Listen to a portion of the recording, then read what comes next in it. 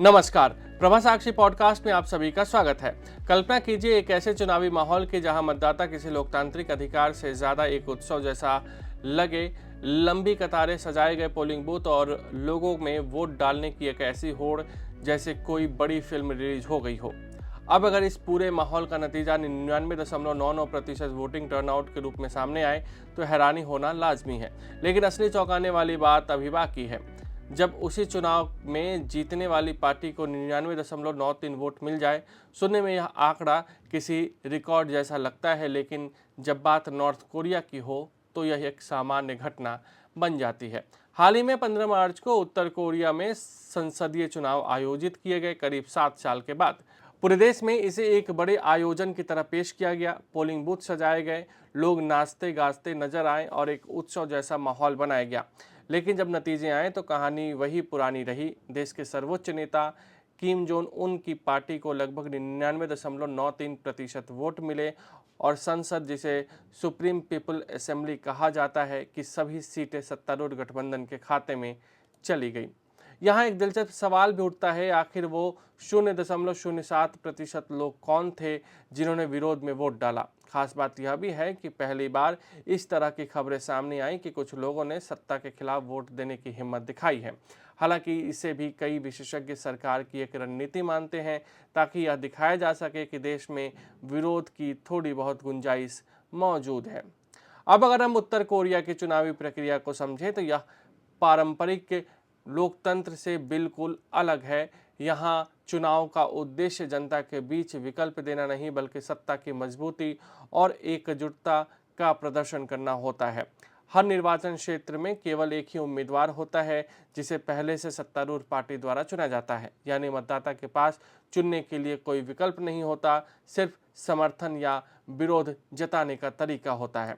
Voting की प्रक्रिया भी अपने आप में अनोखी है। मतदाता को एक बैलेट पेपर दिया जाता है, जिस पर उम्मीदवार का नाम पहले से ही छपा होता है। अगर आप समर्थन में हैं तो बस उस पर्ची को बिना छेड़े बॉक्स में डाल दीजिए, लेकिन अगर विरोध करना है तो आपको सार्वजनिक रूप से उस नाम को काटना होगा।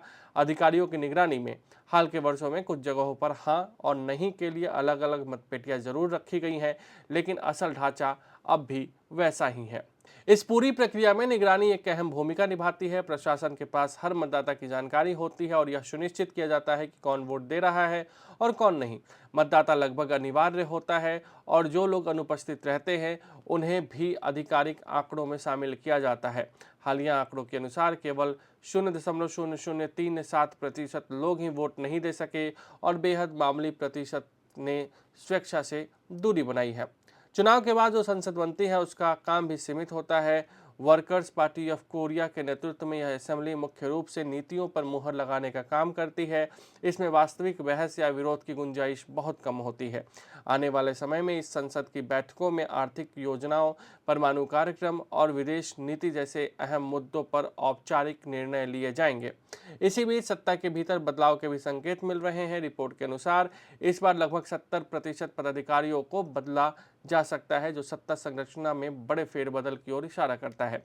साथ ही किम योंग, जो किम जोंग उन की बहन है, को और भी बड़ी जिम्मेदारी मिलने की संभावना जताई जा रही है। एक और दिलचस्प पहलू है उत्तराधिकारी की तैयारी। हाल में ही किम जोंग उन की अपनी बेटी के साथ सार्वजनिक कार्यक्रमों में नजर आए, जिसे कई विश्लेषक भविष्य में नेतृत्व की ओर संकेत मानते हैं। यह दिखाता है कि सत्ता का हस्तांतरण भी धीरे धीरे और योजनाबद्ध तरीके से किया जा रहा है। तो कुल मिलाकर उत्तर कोरिया में चुनाव लोकतंत्र की पारंपरिक परिभाषा से अलग एक ऐसी प्रक्रिया है जहां परिणाम पहले से तय होते हैं और चुनाव एक प्रतीकात्मक आयोजन बनकर रह जाते हैं। लेकिन इसके पीछे की रणनीति, सत्ता का संतुलन और भविष्य की तैयारी, ये सब पहलू इसे समझने के लिए बेहद महत्वपूर्ण बनाते हैं।